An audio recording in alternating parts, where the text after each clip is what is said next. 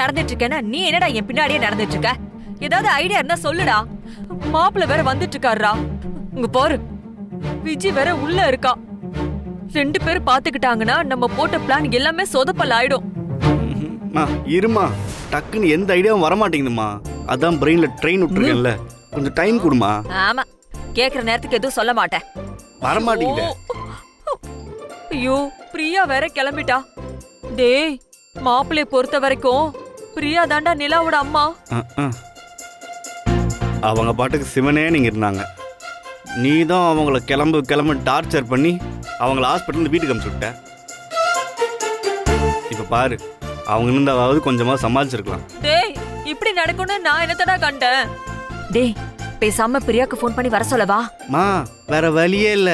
அவங்கள உடனே கிளம்பி ஹாஸ்பிட்டல் வர சொல்லு. அவங்கள வச்சு கொஞ்சம் சமாளிப்போம். அக்காவை இங்க எங்கேயாவது மறைச்சு வச்சு பார்ப்போம். சீக்கிரமா ஃபோன் பண்ணுமா.